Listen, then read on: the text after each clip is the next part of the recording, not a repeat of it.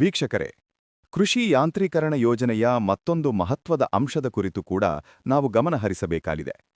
ಇದುವರೆಗೆ ಅನೇಕ ರೈತರು ಯಂತ್ರೋಪಕರಣಗಳನ್ನು ಬಾಡಿಗೆಗೆ ಪಡೆದು ಕೃಷಿ ಕಾರ್ಯ ನಡೆಸುತ್ತಿದ್ದರು. ಬಾಡಿಗೆ ಯಂತ್ರೋಪಕರಣಗಳಿಗೆ ಹೆಚ್ಚಿನ ಹಣ ನೀಡಬೇಕಾಗುತ್ತಿತ್ತು. ಕೆಲವೊಮ್ಮೆ ಅಗತ್ಯ ಸಮಯದಲ್ಲಿ ಯಂತ್ರೋಪಕರಣಗಳು ಲಭ್ಯವಾಗದೆ ಬೆಳೆ ಹಾನಿಯೂ ಆಗುತ್ತಿತ್ತು. ಈಗ ಸರ್ಕಾರದ ಈ ಸಹಾಯಧನ ಯೋಜನೆಯಿಂದ ರೈತರು ತಮ್ಮದೇ ಯಂತ್ರೋಪಕರಣಗಳನ್ನು ಹೊಂದಿಕೊಳ್ಳಲು ಸಾಧ್ಯವಾಗುತ್ತದೆ. ಇದು ರೈತರ ಸ್ವಾವಲಂಬನೆಯನ್ನು ಹೆಚ್ಚಿಸುವತ್ತ ದೊಡ್ಡ ಹೆಜ್ಜೆಯಾಗಿದೆ.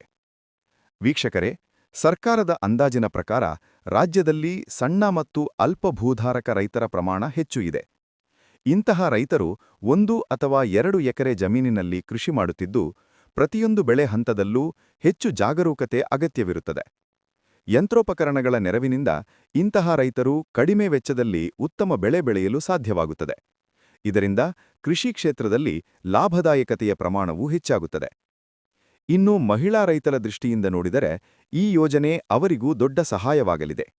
ಅನೇಕ ಗ್ರಾಮೀಣ ಪ್ರದೇಶಗಳಲ್ಲಿ ಮಹಿಳೆಯರು ಕೃಷಿ ಕಾರ್ಯಗಳಲ್ಲಿ ಪ್ರಮುಖ ಪಾತ್ರ ವಹಿಸುತ್ತಿದ್ದಾರೆ. ಭಾರೀ ಶ್ರಮ ಬೇಕಾದ ಕೆಲಸಗಳಲ್ಲಿ ಮಹಿಳೆಯರು ಹೆಚ್ಚಿನ ತೊಂದರೆ ಅನುಭವಿಸುತ್ತಿದ್ದರು. ಯಂತ್ರೋಪಕರಣಗಳ ಬಳಕೆಯಿಂದ ಮಹಿಳಾ ರೈತರ ಮೇಲಿನ ಶ್ರಮದ ಒತ್ತಡ ಕಡಿಮೆಯಾಗುತ್ತದೆ. ಸರ್ಕಾರ ಮಹಿಳಾ ರೈತರಿಗೆ ಈ ಯೋಜನೆಯಡಿ ವಿಶೇಷ ಪ್ರೋತ್ಸಾಹ ನೀಡುವ ಸಾಧ್ಯತೆಯೂ ಇದೆ ಎಂಬ ಚರ್ಚೆ ನಡೆಯುತ್ತಿದೆ. ವೀಕ್ಷಕರೇ, ಈ ಯೋಜನೆಯು ಕೇವಲ ಒಂದು ಬಾರಿ ಸಹಾಯಧನ ನೀಡಿ ಮುಕ್ತಾಯವಾಗುವ ಯೋಜನೆ ಅಲ್ಲ. ಕೃಷಿ ಇಲಾಖೆಯ ಅಧಿಕಾರಿಗಳ ಪ್ರಕಾರ ಮುಂದಿನ ವರ್ಷಗಳಲ್ಲಿ ಈ ಯೋಜನೆಯನ್ನು ಇನ್ನಷ್ಟು ವಿಸ್ತರಿಸುವ ಉದ್ದೇಶ ಸರ್ಕಾರಕ್ಕಿದೆ.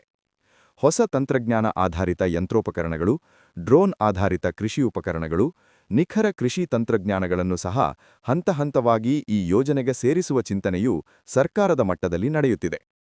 ಇದರಿಂದ ರೈತರಿಗೆ ತಂತ್ರಜ್ಞಾನ ಪರಿಚಯವಾಗುವುದಲ್ಲದೆ ಯುವಕರು ಕೃಷಿಯತ್ತ ಆಕರ್ಷಿತರಾಗುವ ಸಾಧ್ಯತೆಯಿದೆ. ಇಂದು ಅನೇಕ ಯುವಕರು ಕೃಷಿಯಿಂದ ದೂರ ಸರಿಯುತ್ತಿದ್ದಾರೆ. ಕೃಷಿ ಲಾಭದಾಯಕವಲ್ಲ ಎಂಬ ಭಾವನೆ ಅವರಲ್ಲಿ ಮೂಡಿದೆ.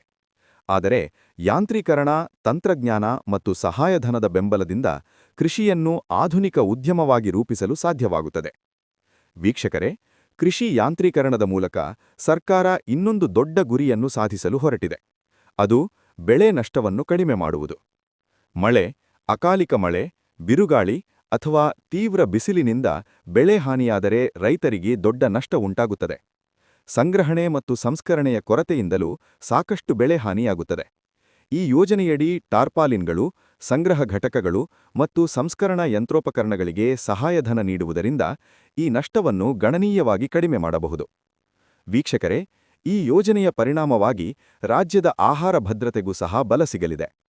ಕೃಷಿ ಉತ್ಪಾದನೆ ಹೆಚ್ಚಾದರೆ ಮಾರುಕಟ್ಟೆಯಲ್ಲಿ ಆಹಾರ ಧಾನ್ಯಗಳ ಲಭ್ಯತೆ ಹೆಚ್ಚಾಗುತ್ತದೆ.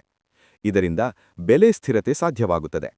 ಆಹಾರ ಬೆಲೆ ಏರಿಕೆಯಿಂದ ಬಳಲುತ್ತಿರುವ ಸಾಮಾನ್ಯ ಜನರಿಗೂ ಇದರಿಂದ ಪರೋಕ್ಷ ಲಾಭ ದೊರೆಯಲಿದೆ.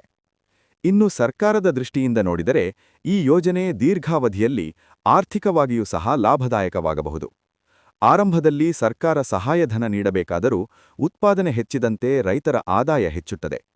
ರೈತರ ಆದಾಯ ಹೆಚ್ಚಾದರೆ ಗ್ರಾಮೀಣ ಆರ್ಥಿಕತೆ ಬಲಗೊಳ್ಳುತ್ತದೆ. ಗ್ರಾಮೀಣ ಆರ್ಥಿಕತೆ ಬಲಗೊಂಡರೆ ರಾಜ್ಯದ ಒಟ್ಟಾರೆ ಆರ್ಥಿಕ ಬೆಳವಣಿಗೆಯಲ್ಲೂ ಉತ್ತಮ ಪರಿಣಾಮ ಬೀರುತ್ತದೆ. ವೀಕ್ಷಕರೇ, ಕೃಷಿ ತಜ್ಞರು ಹೇಳುವಂತೆ ಯಾಂತ್ರೀಕರಣವು ಕೇವಲ ಯಂತ್ರೋಪಕರಣಗಳ ಬಳಕೆಗೆ ಸೀಮಿತವಾಗಬಾರದು. ಅದಕ್ಕೆ ಜೊತೆಗೆ ತರಬೇತಿ ಮತ್ತು ಮಾರ್ಗದರ್ಶನವೂ ಅಗತ್ಯ.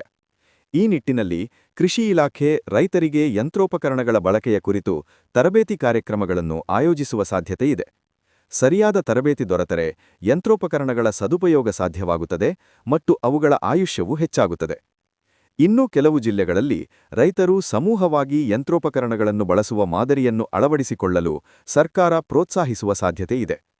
ರೈತ ಉತ್ಪಾದಕ ಸಂಘಗಳು ಮತ್ತು ಸಹಕಾರ ಸಂಘಗಳ ಮೂಲಕ ಯಂತ್ರೋಪಕರಣ ಬ್ಯಾಂಕ್ಗಳನ್ನು ಸ್ಥಾಪಿಸುವ ಯೋಜನೆಗಳ ಕುರಿತು ಸಹ ಚರ್ಚೆ ನಡೆಯುತ್ತಿದೆ. ಇದರಿಂದ ಅತಿ ಸಣ್ಣ ರೈತರು ಯಂತ್ರೋಪಕರಣಗಳ ಲಾಭ ಪಡೆಯಬಹುದು.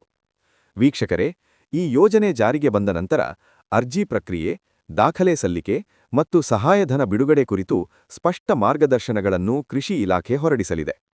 ರೈತರು ಮಧ್ಯವರ್ತಿಗಳ ಮೋಸಕ್ಕೆ ಒಳಗಾಗಬಾರದು ಎಂಬ ಕಾರಣದಿಂದ ಅರ್ಜಿ ಪ್ರಕ್ರಿಯೆಯನ್ನು ಸಾಧ್ಯವಾದಷ್ಟು ಸರಳ ಮತ್ತು ಪಾರದರ್ಶಕವಾಗಿಡಲು ಸರ್ಕಾರ ಯತ್ನಿಸುತ್ತಿದೆ.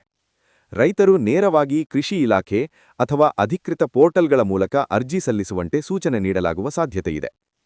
ಇಲ್ಲಿಯವರೆಗೆ ರೈತರು ಅನೇಕ ಯೋಜನೆಗಳಲ್ಲಿ ಮಾಹಿತಿ ಕೊರತೆಯಿಂದ ಅಥವಾ ಗೊಂದಲದಿಂದ ಲಾಭ ಪಡೆಯಲು ವಿಫಲರಾಗಿದ್ದರು.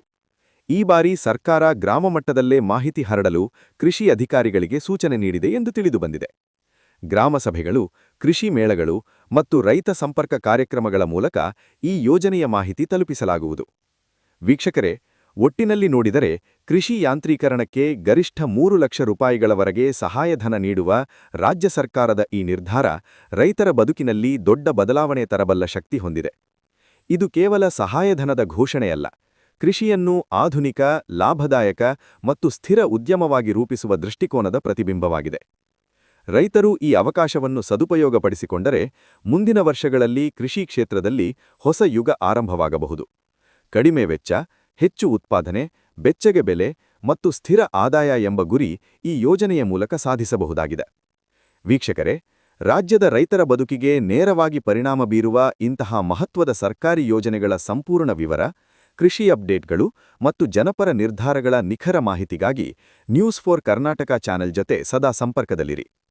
ರೈತನ ಶ್ರಮಕ್ಕೆ ನ್ಯಾಯ ಸಿಗಬೇಕು, ಅನ್ನದಾತನ ಬದುಕು ಬದಲಾಗಬೇಕು ಎಂಬ ಆಶಯದೊಂದಿಗೆ ನಾವು ನಿಮ್ಮ ಮುಂದೆ ಪ್ರತಿಯೊಂದು ಮಹತ್ವದ ಸುದ್ದಿಯನ್ನು ತಲುಪಿಸುತ್ತಲೇ ಇರುತ್ತೇವೆ. ಈ ಮಾಹಿತಿ ನಿಮಗೆ ಉಪಯುಕ್ತವಾಗಿದೆ ಎಂದು ಅನಿಸಿದರೆ ವಿಡಿಯೋಗೆ ಲೈಕ್ ಮಾಡಿ ಹಾಗೂ ನಿಮ್ಮ ಅಭಿಪ್ರಾಯವನ್ನು ಕಮೆಂಟ್ನಲ್ಲಿ ತಿಳಿಸಿ. ಮತ್ತಷ್ಟು ಸರ್ಕಾರಿ ಹಾಗೂ ಆರ್ಥಿಕ ಮಾಹಿತಿಗಳಿಗಾಗಿ ನಮ್ಮ ಚಾನೆಲ್ ಅನ್ನು ಸಬ್ಸ್ಕ್ರೈಬ್ ಮಾಡಿ. ಧನ್ಯವಾದಗಳು.